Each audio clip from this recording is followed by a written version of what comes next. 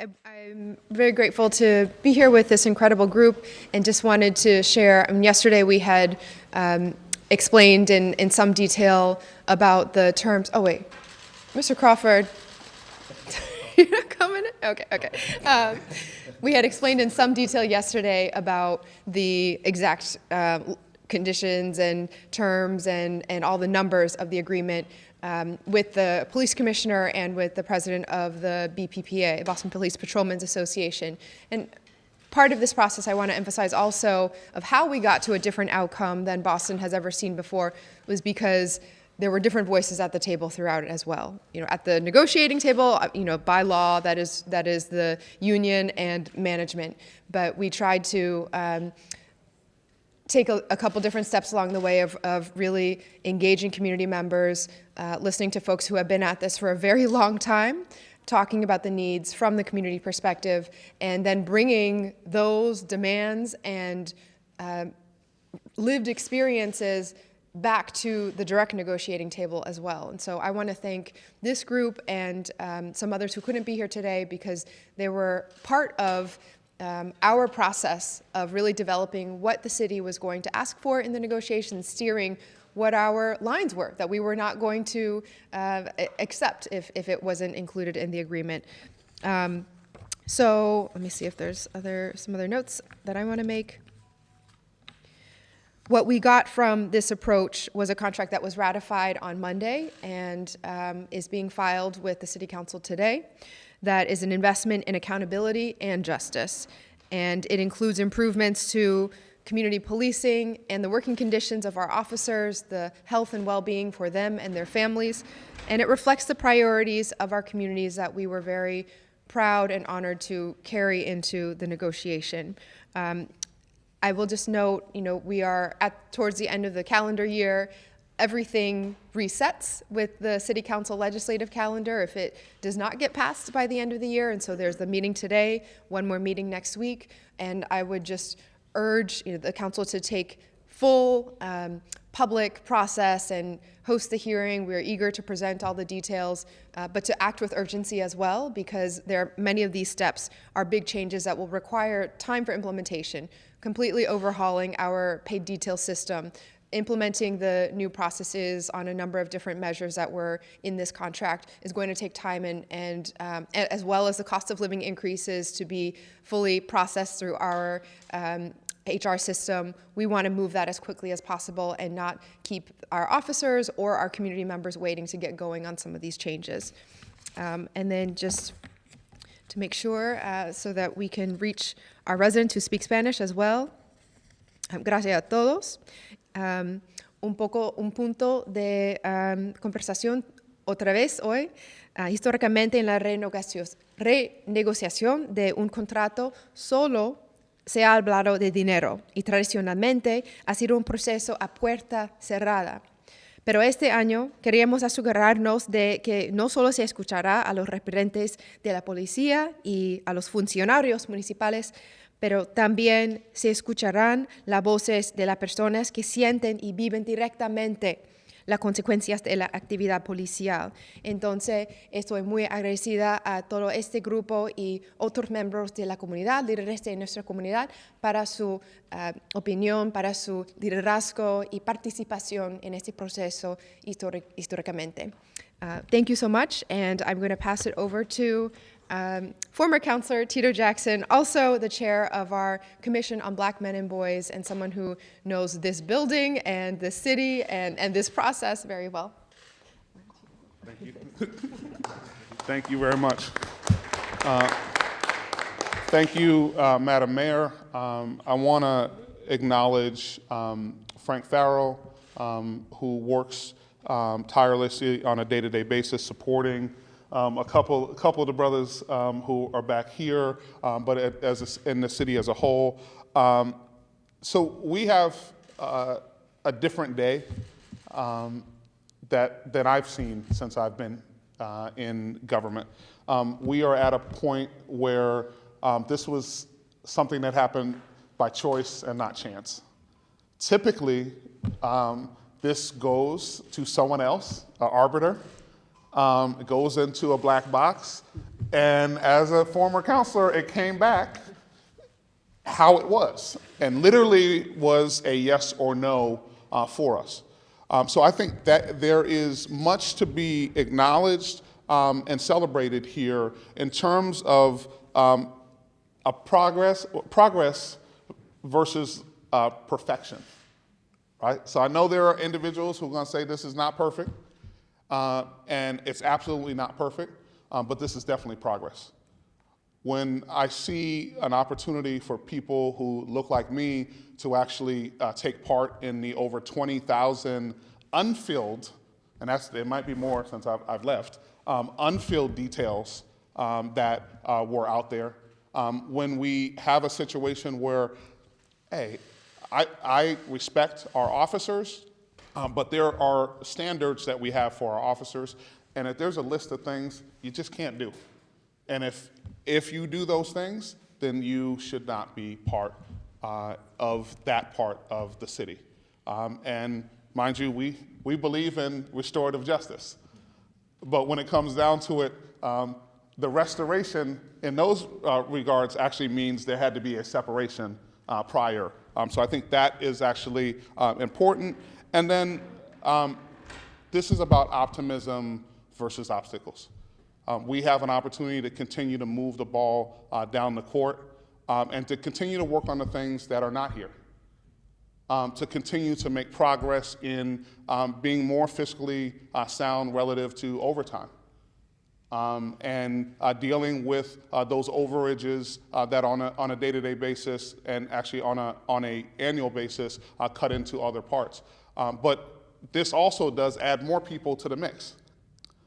Individuals who weren't at work now will be at work. And so I think overarching this, I want to compliment the mayor and her team. And the reason why I want to compliment you is because when I was here, they told us we couldn't do this. I think there were some other folks who said, hey, we can't sit at the table. We're not allowed to have, in particular counselors like we were, to even partake in this process. And the mayor switched that up. I think it was this room, you had a big table in here at that point, and brought folks in to bring community and honor community and listen to community to advance this process. So I think I feel good today that we are moving the ball down the field. This wasn't a pass, this wasn't a Hail Mary, but this actually does advance the city as a whole. And finally, it also helps the honorable men and women who serve in the police department. And I want to be very transparent that I live in Roxbury, and things happen sometimes in my neighborhood, and I call folks who can help us. And so I know there's a lot of times people also, they like to characterize the police as one thing, but they also like to characterize our community as another.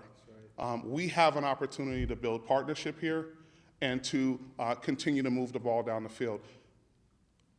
One last piece, though, we also have to have a force that looks like the people of the city of Boston, that reflects the people of the city of Boston, and we need to continue to have systems that actually open the doors of opportunity so that people feel safe and are safe in all neighborhoods and communities.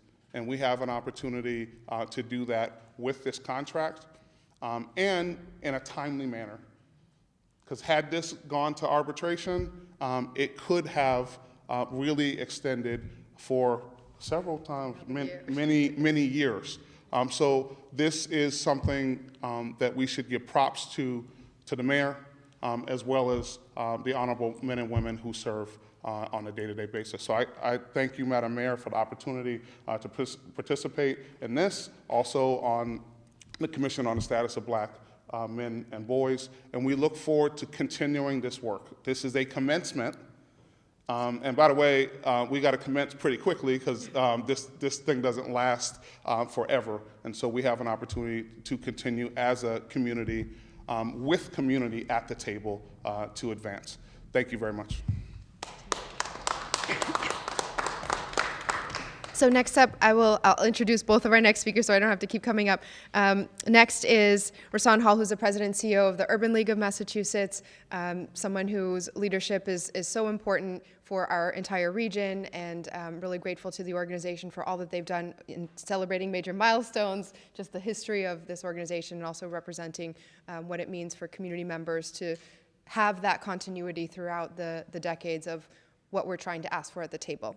And then following Rahsaan will be the Reverend Dr. Gregory Groover of Charles Street AME Church, someone well known in every space, but particularly in the space of how to bring people together around the idea of safety and trust and community safety being for everyone. So I want to thank you both and pass over the microphone. Thank you very much, Mayor Wu. It's hard for me as a lawyer and a preacher to constrain my time, but I realize I'm sandwiched between Tito Jackson and Reverend Groover, so I will try to be brief in my remarks. Again, hats off to you, Madam Mayor. Today is a significant milestone in the history of our city, and it's in large part because for generations, people have been advocating for higher levels of accountability within the police department. And one of the stumbling blocks has always been the collective bargaining agreement. Some of the concerns around discipline, some of the concerns around accountability seem to be barred from being addressed because of this contract. And today we are at a point where we're looking at an opportunity for things to shift significantly. Is it perfect? No. But what union contract is perfect? When you have parties coming together representing different constituencies, there's always going to be some compromises. There's always going to be some demands and desires that get left on the table. But at the heart of it, what is most important is that this is a new benchmark for how this process operates moving forward. I don't know that there has ever been a process like this where community stakeholders and advocates have a seat at the table, not at the bargaining table technically, but having a way to have some sort of influence on what the priorities of the city are. That is groundbreaking. And what is up for consideration and the things that are going to be addressed moving forward are things that have been the thorn in the side of advocates in the community. When we think about overtime and details, the ability to retract some of that. When we think about the number of people who are out on medical leave, not working, causing more overtime, that's going to be addressed. When we think about discipline and the officers who are allowed to come back to work when everyone in the community and even on the force know that that person has no business on the police force. These are the things that are going to be addressed through this process. But it doesn't end here, and it's not done yet. But I think that there is a unique opportunity for advocates and community members to continue to hold law enforcement accountable, to continue to demand an open and collaborative process in union negotiations moving forward. This is one of what, 3? You got a couple more left? One of 4. So you got 3 more left. This is a benchmark. And so as the president and CEO of the Urban League, I'm proud to stand here with the mayor and all of these other brothers and representatives of the community, my board chair, Joseph Feaster. This is the history of the Urban League, to stand in support and in community of the initiatives that are going to impact the outcomes of the lives of the people in our community. And we're going to continue to seek that higher level of accountability. We're going to continue to push for more transparency and for more involvement in the processes moving forward. But let's just take a minute to revel in this moment that there is a new trajectory on how these things happen, and it is in large part because of the leadership of Mayor Wu. So without further ado, I will now turn it over to the pastor of the historic Charles Street African Methodist Episcopal Church, Reverend Dr. Charles Gregory Ruva.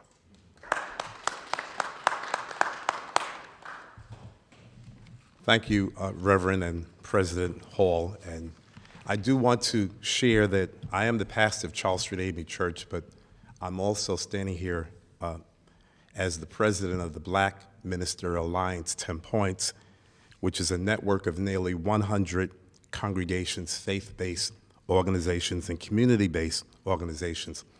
And we stand here today to applaud Mayor Wu and her administration, and also Larry Calderone and the members of the Boston Police Patrolmen's Association for reaching this new 5-year contract. While we recognize that this collective bargaining does not embrace all the reforms that the community would have wanted in this contract, we strongly assert at the same time that this collective agreement represents an unparalleled and a major step forward for our city, for our police department, and more importantly, for our neighborhoods, especially communities of color that have historically faced police abuse. It is our view that this agreement is a real win-win, and there are no walk-away losers here. We, the community, we value our police officers. We honor their mission and their work. We pray always for their safety and for their well-being. And we agree wholeheartedly that the men and women in uniform deserve to be well compensated without drowning from increasing inflationary costs of living. But at the same time, we unapologetically hold that we, the city residents, rightfully deserve the peace of mind that arises from knowing that higher standards of accountability are being put into place. Higher standards that will better assure us that we will be safeguarded by the abuse and the mistreatment of those few police officers who are no longer worthy to keep their badges. This agreement, this particular agreement, measurably moves us in that direction. Moreover, this contract shows us here in Boston and really in other cities across the country that these two issues, better compensation and police reform, that they're not necessarily mutually exclusive, and they're not inherently divisive. In fact, they're not even necessarily polar extremes. A good contract that cherishes both the wellness of policing and the wellness of community is a contract that can meaningfully address and make room for both issues. And that is what this contract represents. So again, we thank the leadership. We thank the goodwill. We thank Mayor Wu and her team for bringing us in as a community to hear our voices so that we could help shape this contract that we see today. And again, we thank Larry Calderone and his team. Mayor, thank you for getting us to this historic point. And now we call upon the City Council to commit to their due diligence and wasting no time in discussing, deliberating, and funding this historic contract. Thank you. So I wasn't trying to come up again, but I got my instructions from our Chief Pierre that it is really important also to ensure that we're hearing from a very key constituency. Each of these leaders is in their own right a force of nature guiding and shaping our city, but each of them also represents so many others whose needs and hopes and dreams we're hoping to deliver on every single day. Abergall Foresters is someone who has been part of many of our city initiatives, including serving on the search committee to identify our now police commissioner, and is representing and in touch with the young people of Boston and following the lead of this very important community in shaping this as well. So Abigail, would you say a few words? All right. Good morning. I'd like to thank you, Mayor Wu, and your team for inviting me to say a few words during this pivotal moment in our city. We weren't sure if and when this moment would come, but under the leadership of our mayor and her commitment to making good on what she heard from community members, Black and brown police officers, and those who have been advocating for police reform for decades, here we finally are. I want to recognize Jamal Crawford, who's stood up for these issues for quite some time.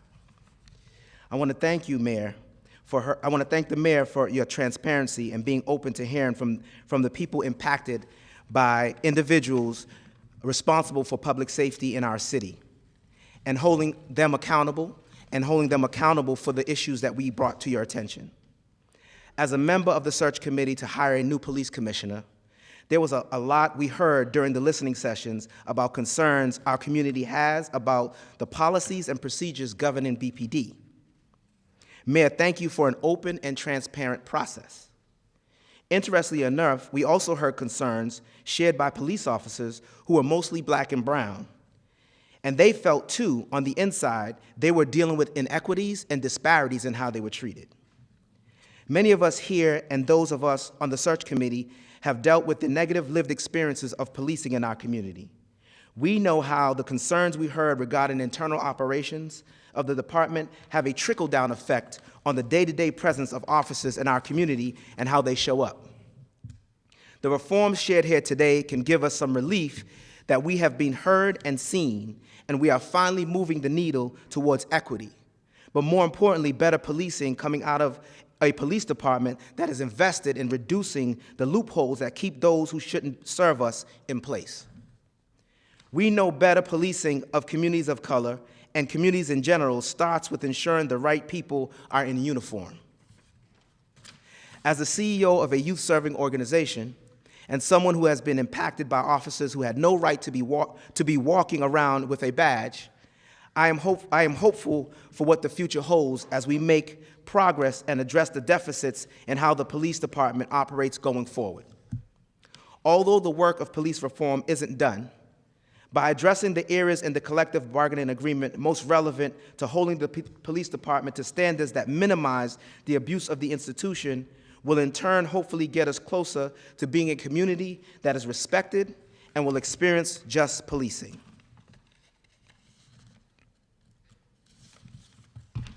Thank you, Mayor Wu, for your conscious decision to push this forward.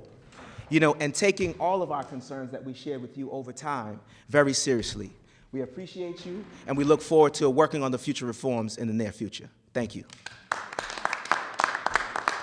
Finally, I want to invite up Joseph Feaster, who is not only chair of the Urban League Board, but also chair of the City of Boston's Reparations Task Force, and someone who has helped guide and shape so many different initiatives in the city as well.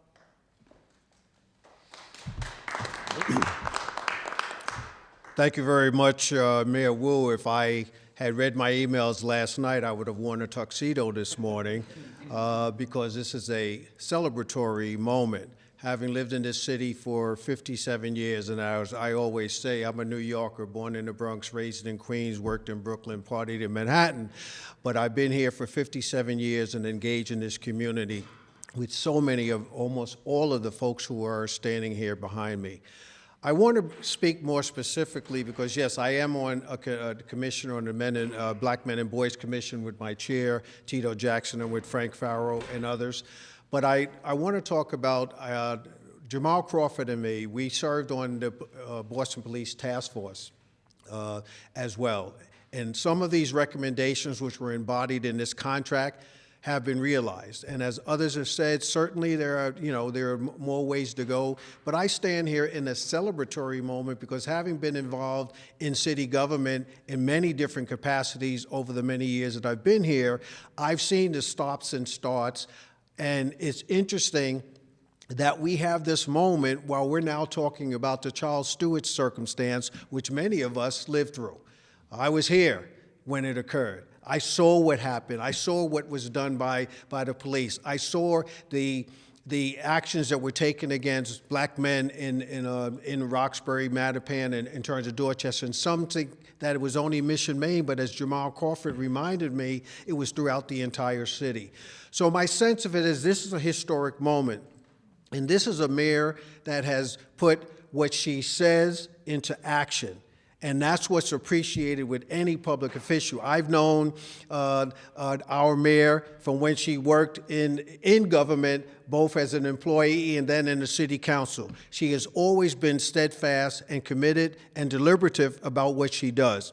And this is another example of that. So, Mayor, I applaud you. I applaud the Police Patrolmen's Association to come to this moment, because as others have said, that if we were engaged in a process of arbitration, this would not be occurring. And I hope that the other three negotiations that you have go as well, Mayor. We will definitely be encouraging those in order to do it, because this is a city. This is a major city. We are the impetus for a lot that goes on in this country. And this type of leadership demonstrated by our mayor today is something that should be heralded, and I trust that the media will send this message throughout this country, if not throughout the world. Well, again, thank you very much, Mayor. And just a note, as Chair Feaster brought up this moment where the city, the recently an ongoing documentary about the Stewart case and reflection on so many experiences that were deeply traumatizing and remain part of the fabric of the city, and the way that we have, just underneath the surface of just about every policy, continued to experience the impacts of how racism baked into our structures ends up affecting everyone in our community. There are many, many families who were impacted, continue to live with that. So to the Bennett family, represented here by Joey, to so many others who grew up in that moment, who experienced all that we are now learning more about in this very public moment. I just want to reflect on how much we still have to do, but also how much power we have to set a new dynamic. And I hope that what we are showing today is that there's work to do in terms of the culture and accountability within the management of our city operations and our organizations. There's work to do on the legal standards and the accountability and much of what we're delivering today. And then there's work to do on the healing of our communities and creating spaces for people to build those relationships, to see themselves reflected in, represented by, and really belonging to every opportunity that the city has to offer in every single corner of our neighborhoods. That is what we strive for, and that is what I believe we're taking one more step forward towards today. Any questions from our media folks? So, as I think a few people have mentioned, that this is going to be introduced to the City Council, as I assume a late file this afternoon. What happens if it is not passed in these next couple of sessions? Yep, so the formally scheduled sessions right now are just today and next Wednesday as the end of the year. As Councilor Jackson and I know, there is the opportunity for extraordinary circumstances to involve calling a separate special meeting that the city council president can choose to do. Then there's, once you get into the end of the year, there's always questions about who's available and how schedules can line up for that, and whether you can achieve a quorum, and then who's represented with that vote, but that is possible. And if not, then there's also, we would refile this if necessary in the new year, shortly after the new city council is sworn in, and pick that up back then. But that would be losing more than a month on getting going on implementation and some of the things that our residents and our officers deserve. I'm curious, when you say that the ball has moved forward, it's not perfect, but it's progress. Can you talk about anything that's disappointing that was left out that you want to see come 5 years from now? I mean, what were sort of sticking points that you're not so happy with? Thanks. So, as we know on an annual basis, there is a significant additional overtime spend over and above the budget. This is actually a distinction between other departments.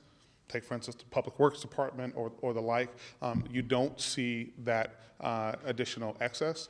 But I would note, and some of my friends disagree with me on this one, that if we were Stop and Shop and we didn't have enough baggers and bagging was going up 20%, it was a 20% overtime budget, you know what Stop and Shop would do? They would actually hire some more baggers.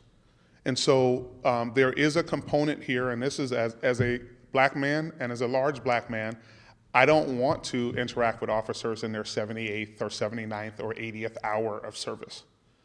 So it is significant that these issues around staffing, and actually when we look at the human resource aspect of it, there are many officers at this point who could actually retire.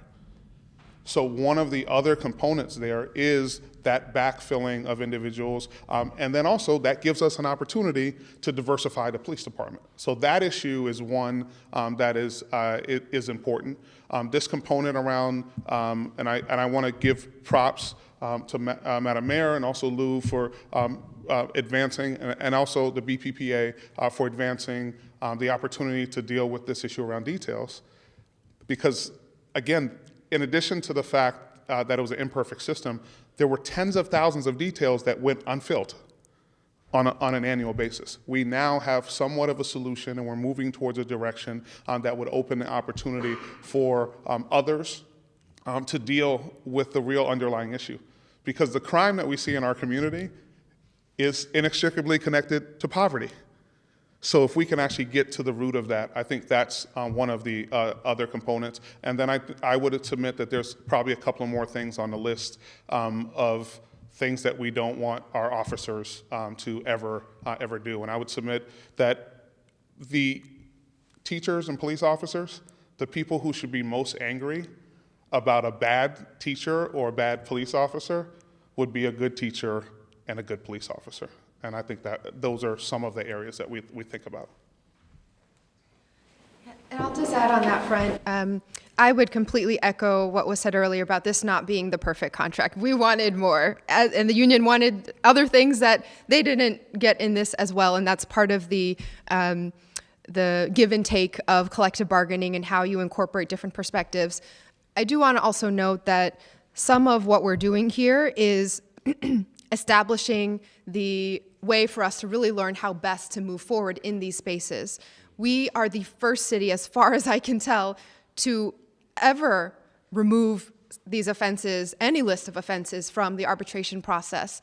And that's going to involve some measuring and implementation and all of that. On the paid detail side, this is the first time that Boston is moving in that direction as well, and to set up the proper mechanisms so that everyone is trained and supported and we understand how to create access and equity in these opportunities. It's going to be a huge endeavor and one that we are going to undertake, and that's why we want to get going on it as quickly as possible, but also that we will keep learning so that we can come back to the table when this is expiring to be able to not only keep going on some of the things that were left out, but also to understand how best to advocate moving forward, because we have spent this time really documenting, measuring, and learning what is best for our communities. The other thing I'll mention is that each of the items on the MOA or the contract are about a specific change in operation or how the department does something, but they each also have such far-ranging ripple effects. The details, as Chair Jackson mentioned, it is about economic opportunity and closing the wealth gaps in our city. It is also about traffic. Some of the horrible traffic that we experience is because the very spaces and sites that we need someone directing and moving things around in emergency, gas line or water main that broke and therefore the streets all ripped up and everyone has to go around it. those are going unfilled. 40% of all details are going unfilled right now, which means at the place, and because there's one rate across all of those details, whether it's a very quiet residential side street that's not seeing much traffic at all, or a bridge, a major intersection, a large-scale event, the incentive isn't there to cover those more intensive and more dangerous, more necessary details. So by separating out those two categories and ensuring that the highest priority ones will be filled first, there are going to be many, many benefits that ripple out and touch everyone, not just our officers and not just those who are even driving by that site, but everyone who can get an opportunity in community or is getting around and can see the traffic flow move differently. Same thing around medical leave. Yes, it is about providing predictability so that we don't have a discussion between an officer's doctor and the department's doctor that stretches on through arbitration for years. They need to have that certainty. The department needs to have that certainty. But as was referenced as well, when an officer is out on medical leave, and we had at the beginning of the negotiations, more than 10% of the entire patrol force had been out on leave for more than a year.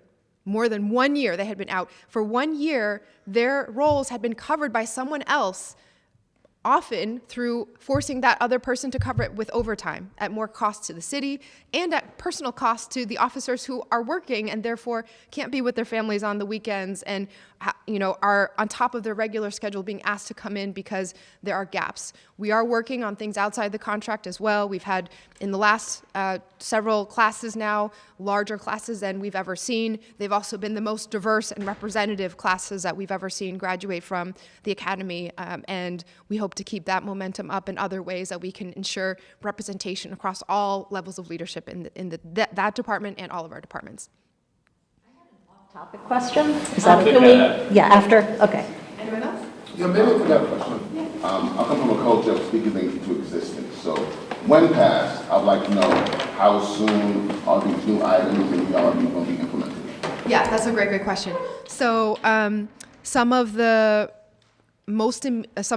financial stuff that's going to involve cost of living increases and all of that, we need to work through our HR system. It will probably be, I don't know, at least a month and a couple months to just get those operationalized so the officers will begin to feel that. The detail part is, the first step on that is going to be putting out, or we'll probably sit with community again just to ensure that we shape this properly. But the first official step is going to be putting out a request for proposals, or RFP, to open up for bidding for companies who are going to do the training of the civilian detail and other detail personnel to know how to manage traffic flow and de-escalate situations and everything you might be asked to do. So we would put out that opportunity to bid on it for that company, and there would be a certain period of time that those companies can learn more, submit their bids, choose that, and then we would look to set up a separate system that's an independent one. Right now, details are assigned on paper in each police station separately by a person whose job it is just to do that, handing out those details. We are moving towards being able to do this through an app or a technology platform that is available to all. So we can also therefore be able to see more of our officers doing necessary police work rather than get stuck doing the detail administration and all of that. So that will take some time to get that platform up and running. But this contract goes through June 30th, 2025 is when it covers. So we expect to see things fully implemented and have some results by then. And so I know one major flashpoint is always the department's handling of excessive force complaints. I don't think there's anything in this contract that changes that in any direction or another. Is that, I don't know who would want to speak on this, but is that something that people want to see? And what would people like to see with that? Yeah, I'll just note and then open up to anyone who wants to jump in. There were a number of things that were left on the sort of cutting room floor on this on all sides. We have multiple ways where we need to be ensuring we're earning trust and maintaining that with our residents through the internal affairs process, through the OPAT, Office of Police Accountability and Transparency, and extra oversight from that entity and from the Post Commission, and then through the legal language of the contract. So even though it didn't end up on the list for this particular contract, we understand that and hear very much that this is a priority for every type of interaction that our officers have with residents to be respectful, to be appropriate, and to be supporting the safety of all of our communities. I do want to add, and again, I also want to thank the mayor pertaining to the inclusion of community voices in the many things that were not included in this contract but were left on the floor.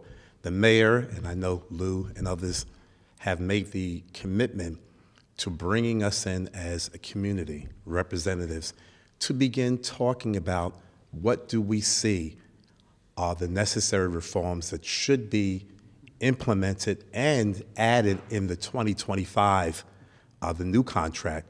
And the commitment was made to not wait until July 1st, 2025, but soon after this new year to begin meeting with us as we begin looking at the new contract. So I want to thank the mayor for that leadership as well.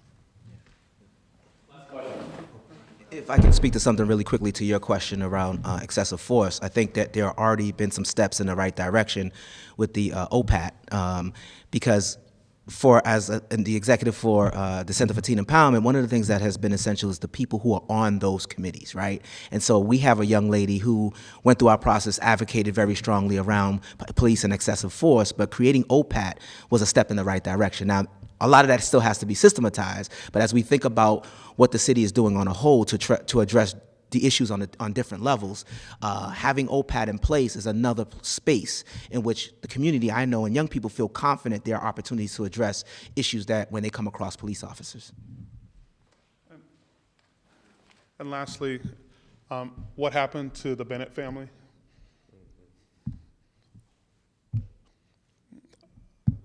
Folks who, I didn't play basketball well, but we used to play back in the day. What happened to the Bennett family, Joey, Willie, and others in the community should never, ever happen again. And so the work that we stand here today in doing is acknowledging what has happened, and as leaders in the community, not running away from it, facing it, and facing the people. And I want to thank you for being here. In the past, we were outside in the hallway. We're making a lot of noise. You would have heard us. You would have heard us, but we would have been in the hallway. And we owe an apology to someone who 22 years of his life, and then cumulatively in that family's life, decades of their lives have been stolen based on lack of accountability, based on people overstepping and fabricating.